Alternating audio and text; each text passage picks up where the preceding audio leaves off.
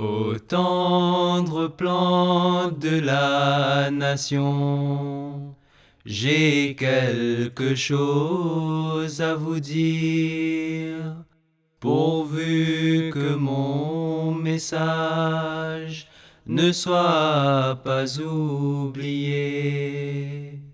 Chers téléspectateurs de la MTA, assalamu alaikum wa rahmatullahi wa barakatuhu. Bienvenue dans un nouvel épisode de votre émission L'Islam pour les jeunes, émission comme vous le savez consacrée à l'étude des enseignements de l'islam d'une manière simple et basique.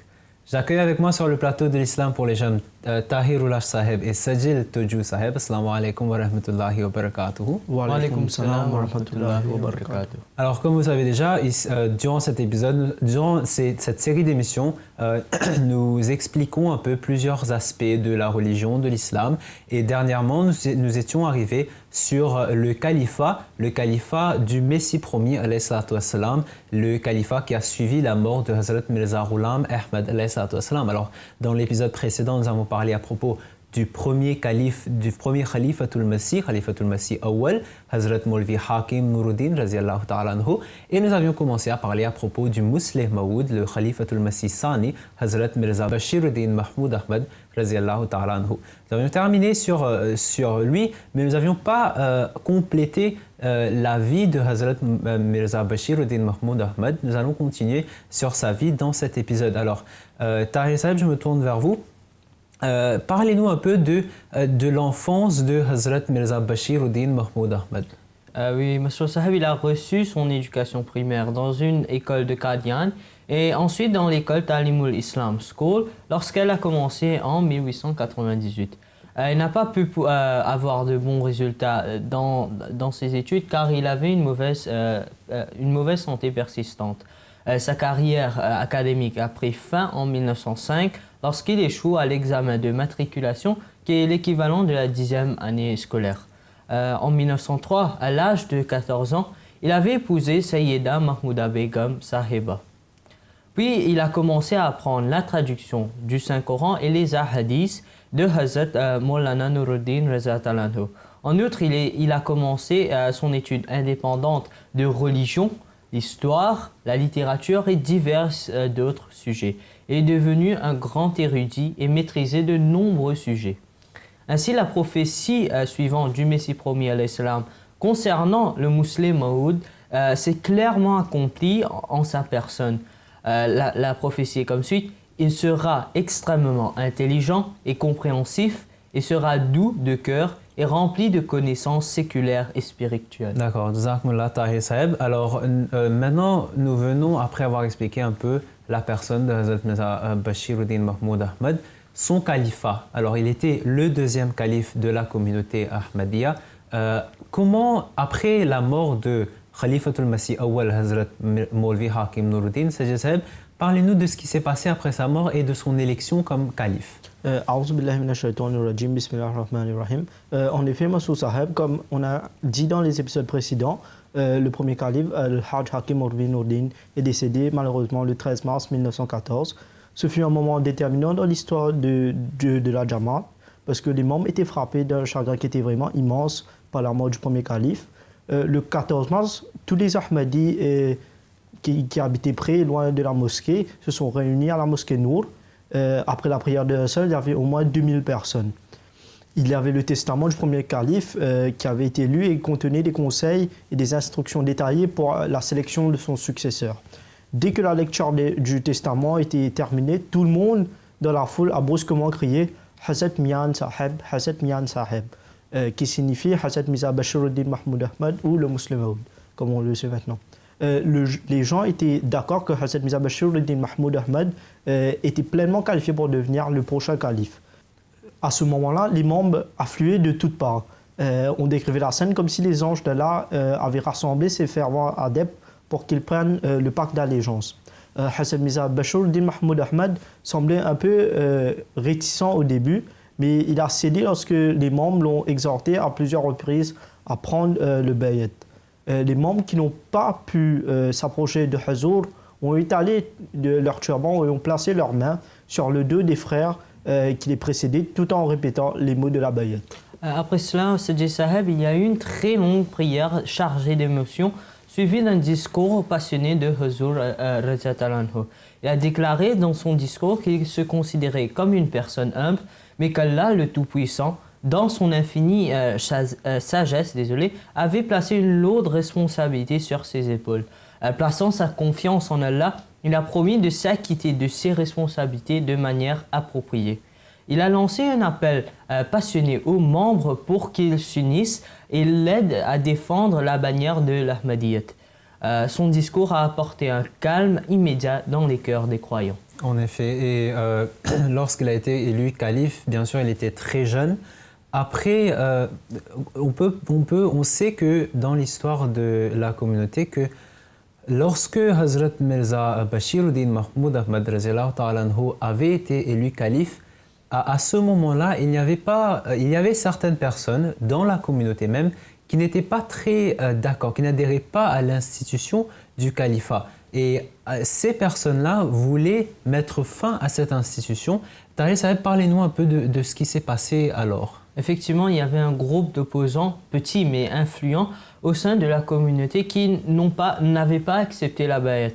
Au début, ils ont fait de leur mieux pour mettre fin au système du khilafat. Lorsqu'ils n'ont pas réussi et que le deuxième califat a été établi, ils ont décidé de quitter Qadian et de s'établir à Lahore. Ils étaient certains que le jeune khalifa ne survivrait pas à leur soutien car ils étaient influents et que le système du khilafat s'effondrait de lui-même. Leurs attentes, cependant, se sont révélées complètement fausses. Les partisans du jeune Khalifatul Masih Sani se développèrent rapidement tandis que ses opposants furent réduits à un groupe insignifiant. En effet, donc déjà là, lors de l'élection de Hazrat Mirza Bashiruddin, il y a eu ces dissensions, mais on voit comment justement Hazrat Mirza Bashiruddin est passé au-delà de cela. Et justement, vous avez parlé de comment il a réussi à faire grandir la communauté. Sajjad Saheb, je me tourne vers vous. Hazrat Mirza Bashiruddin a fait beaucoup d'initiatives, beaucoup de développement pour la communauté. Parlez-nous un peu de ce qu'il a accompli lorsqu'il est devenu calife. Effectivement, Mansour Saheb, sous le grand leadership de Hazrat Khalifatul Masih II, la communauté Ahmadiyya a considérablement progressé. Durant la période de 52 ans de son khilafat, ça a été marqué par des réalisations exceptionnelles qui ont démontré l'aide divine. Dès le premier jour de son khilafat, il a commencé à prendre toutes les mesures nécessaires pour organiser et unir la communauté Ahmadiyya. Il a élaboré des plans pour la propagation de l'islam dans le monde en entier. D'accord. Et Tahir Saheb, quels sont les événements qui ont marqué le califat de Hazrat Mirza Bashiruddin? Oui, Mansour Saheb, le 12 avril 1914, le premier Majlis Shura de son califat a eu lieu afin de reformuler un plan mondial de tabligh. En décembre 1915, le commentaire de la première partie du Saint-Coran est publié. Le 1er janvier 1919, divers départements ont été créés pour rationaliser le fonctionnement du Sadr Anjuman Ahmadiyya. Puis le 15 avril 1922, le Majlis Shura est établi pour la première fois en tant qu'organe consultatif permanent auprès du Khalifa. Puis le 23 septembre 1924, il participe à la conférence de Wembley en Angleterre où son article Ahmadiyyat, le véritable islam, est lu. Le 20 mai 1928, il inaugure la Jamia Ahmadiyya, une institution d'élite pour former et produire des missionnaires musulmans qualifiés. En décembre 1930, son frère aîné Hazrat Mirza Sultan Ahmad Reza Talanho prit le bayat entre ses mains et devint le quatrième fils Ahmadi du Messie promis. Ainsi, la partie de la prophétie concernant le Musleh Maud, il convertira 3 en 4. C'est accompli. Le 25 juillet 1931, il est élu président du All India Kashmir Committee et se bat pour les droits du peuple cachemiri. Puis plus tard, en juin 1948, il envoie un bataillon de volontaires Ahmadis appelé Furqan Force pour se battre aux côtés de l'armée pakistanaise pour libérer le Cachemire. Il a aussi écrit un grand nombre de livres, dont les 10 volumes de Tafsir Kabir, le commentaire détaillé du Saint-Coran. En effet, là on voit vraiment beaucoup de travail qu'a accompli le Musleh Maud pour le développement purement pour le développement et le progrès de l'islam. Et vous avez mentionné ces nombres de livres qu'il a écrits. En effet, Hazrat Mirza Bashiruddin était connu pour écrire des livres extrêmement détaillés sur la religion qui vraiment accomplit la prophétie aussi, parce qu'une des qualités, c'était qu'il aurait une très grande connaissance religieuse. Le Tafsir al-Kabir que vous avez mentionné, un de ses plus grands travaux et un des plus grands commentaires du Saint-Coran qu'il a écrit, extrêmement détaillé. Après cela, je me tourne vers vous, Sajid Saheb.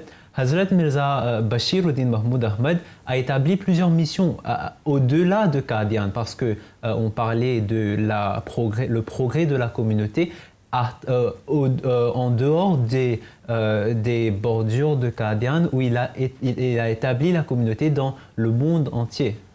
En effet, Massoud Saheb, de nombreuses nouvelles missions de la Jamaat Ahmadiyya ont été ouvertes sous la direction de Hazrat Mirza Bashiruddin Mahmoud Ahmad dans un certain nombre de pays étrangers, tels que la Sri Lanka, l'île Maurice en 1915, les États-Unis en 1920, les pays d'Afrique de l'Ouest en 1921, l'Indonésie en 1925, la Palestine en 1928, et en Angleterre, c'est Hazrat Khalifatul Masih II lui-même qui a fondé la première mosquée, la Masjid Fazal, le 19 octobre 1924.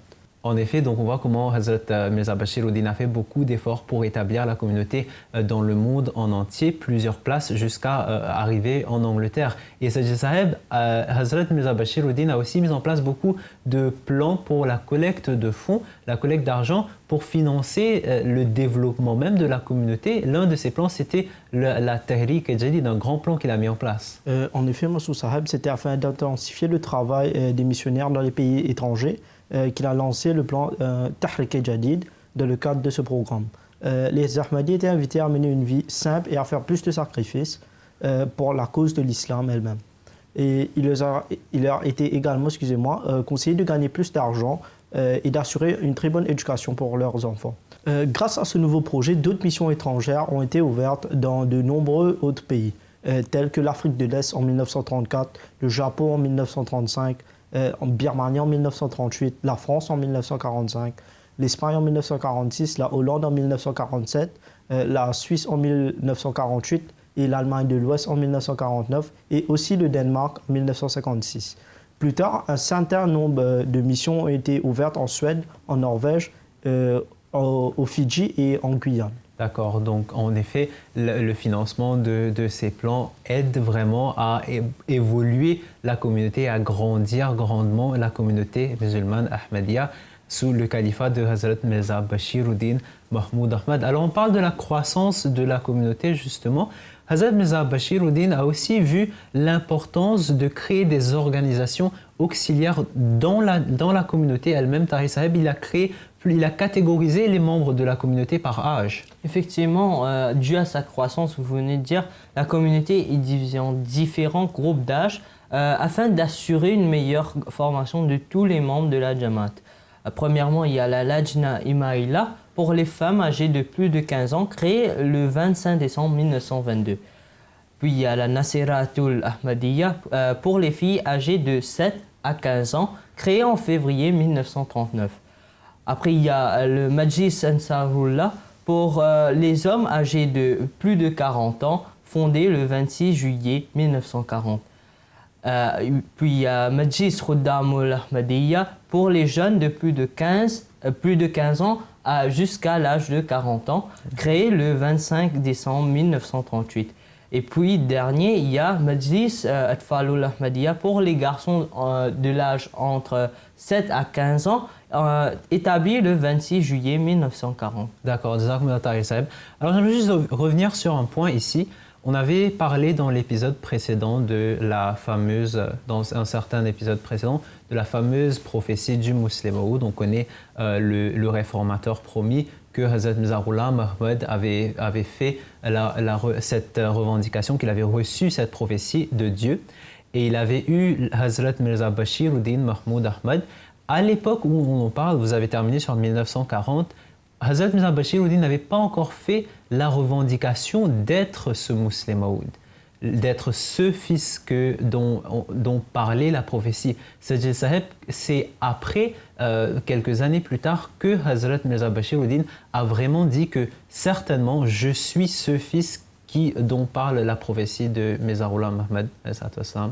Effectivement, Monsieur Saheb, le 28 janvier 1944, Hazrat Mirza Bashir Eddin Mahmoud Ahmad, il affirme pour la première fois qu'il était le fils promis, c'est-à-dire le Muslim Maud. C'est le nom qui est concerné dans la prophétie elle-même. Dans un certain nombre de réunions publiques, il a déclaré à la communauté que son affirmation était basée sur diverses révélations divines et de rêves. Ces réunions ont eu lieu à Hoshiarpur le 20 février 1944, à Lahore le 12 mars 1944, à Ludhiana le 23 mars 1944 et à Delhi le 16 avril 1944. En effet, donc il n'a pas déjà fait cette revendication d'être le fils promis lui-même, bien sûr. C'est, comme il a dit, après avoir reçu des révélations divines, qu'il a su vraiment « je suis cet accomplissement » de cette fameuse prophétie faite sur l'annonce verte. Alors, dans le califat de Hazrat Mirza Bashir Eddin Mahmoud Ahmad, il y a aussi eu cet événement très historique que l'on connaît dans l'histoire du Pakistan et de l'Inde, parce qu'on sait que le Pakistan et l'Inde faisaient partie d'un seul pays. Ensuite, durant le califat de Hazrat Mirza Bashir Eddin Mahmoud Ahmad, il y a eu cet événement historique dans ce qu'on connaît dans l'histoire du Pakistan et de l'Inde, parce que ces deux pays faisaient partie d'un seul pays. Il y a eu la partition entre l'Inde et le Pakistan.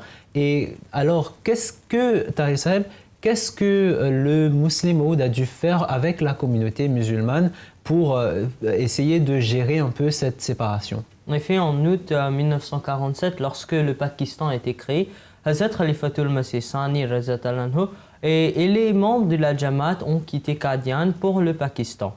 Certains 313 Ahmadis, appelés les Dervishan, sont restés pour s'occuper de Qadian. En outre, il y a le siège de l'Organisation mondiale des musulmans Ahmadiyya là-bas, et la résidence officielle du Khalifatul Masih, appelée Qasr Khilafat, est aussi à cet même endroit.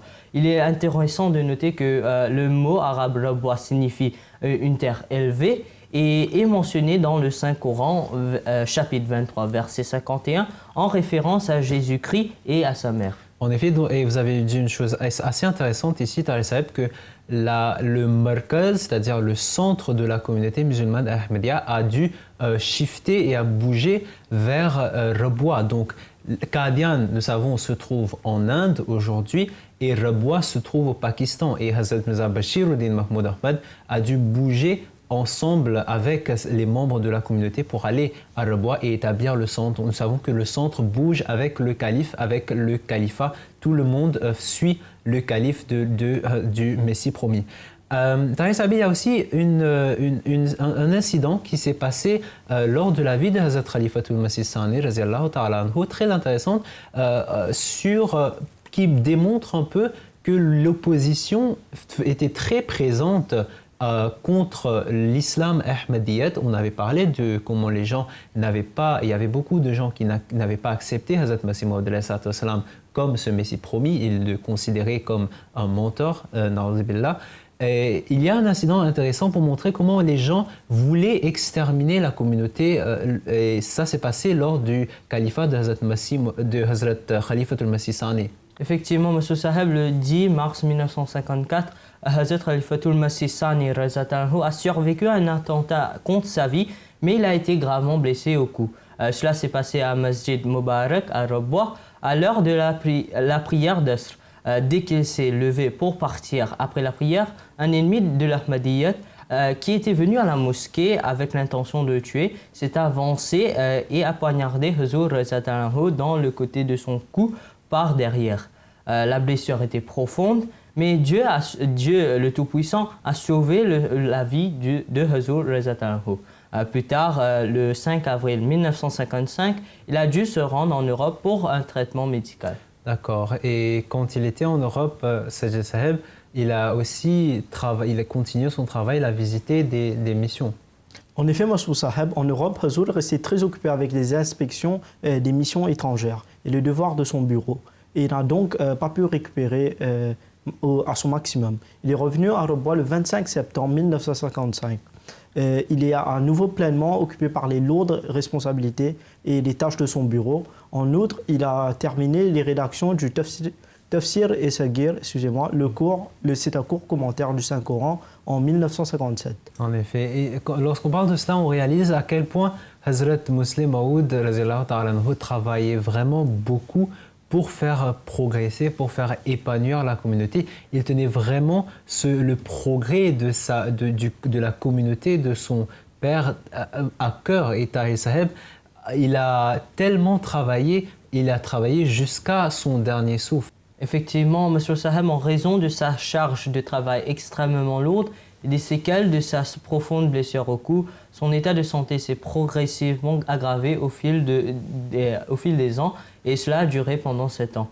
Enfin, le 8 novembre 1965, à près de 2 heures du matin, avant l'aube, Hazrat Muslim Maud Reza Talanho, Khalifatul Masih Sani, est décédé à l'âge de 77 ans. En effet, et c'était un très grand homme, un très grand calife qui nous avait quitté, Sajid Saheb, à ce jour-là. Effectivement, Massoud Saheb, le lendemain de sa prière Janaza, ça a été dirigé par Hazrat Mirza Nasir Ahmad, le nouvellement élu Khalifatul Masih III. Il a été enterré dans le Baishti Makbara aux côtés de sa mère, Hazrat Ummul Mu'minin, Sayyida Nusrat Jaha Begum.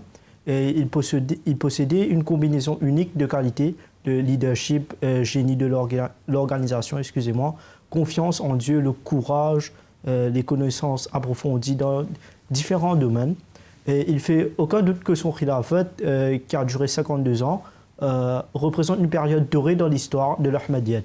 Et en sa personne, la prophétie concernant le Muslim Maud s'est accomplie avec une grande perfection. En effet.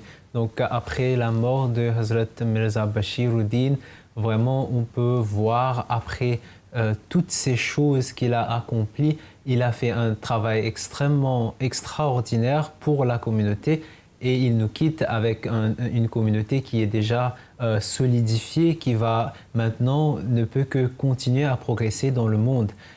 Après la mort de Hazrat Khalifatul Masih Sani vient le 3e califat Tahir Saheb. Bien sûr, le califat continue. C'était une promesse de Dieu que Hazrat Mirza Ghulam Ahmad a mentionné. Le califat continue, vient Hazrat Mirza Nasir Ahmad Rahimahullah qui devient le 3e calife, le 3e Khalifatul Masih. Effectivement, Hazrat Mirza Nasir Ahmad Rahimahullah est né le 16 novembre 1909. Il était le fils de Hazrat Khalifatul Masih Sani, le Muslim Maud Reza Talanho, et le petit-fils du Messie premier alayhi salam. Sa naissance a été prédite par Dieu le Tout-Puissant dans une révélation au Messie promis. Et je cite, « Je te donnerai un garçon qui sera ton petit-fils ». Hakikatul Wahi, page 95.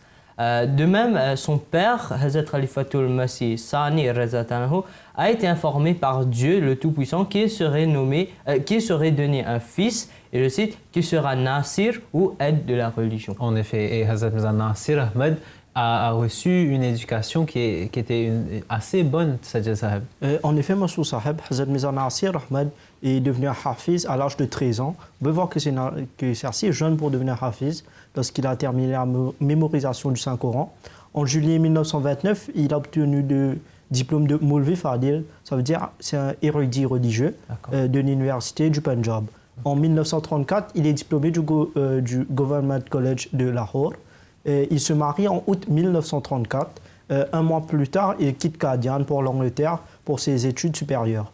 En novembre 1938, il est revenu à Qadian après avoir obtenu sa maîtrise de l'université d'Oxford. D'accord. On voit que déjà Hazrat Mirza Nasir Ahmad a été beaucoup développé pour son âge. Vous avez mentionné qu'il est devenu hafiz à un très très jeune âge. Il a aussi beaucoup aidé la communauté, mais chers panélistes, je pense que nous allons terminer sur ce point-là parce que, faute de temps, nous allons continuer à parler à propos de Hazrat Mirza Nasir Ahmad Rahimahullah dans le prochain épisode. Jazakumullah Tahir Saheb, Jazakumullah Sajid Saheb. Chers téléspectateurs, nous sommes arrivés à la fin de cet épisode de l'Islam pour les jeunes. Je vous retrouve dans le prochain épisode. Sur ce, Assalamu alaikum wa rahmatullahi wa barakatuh.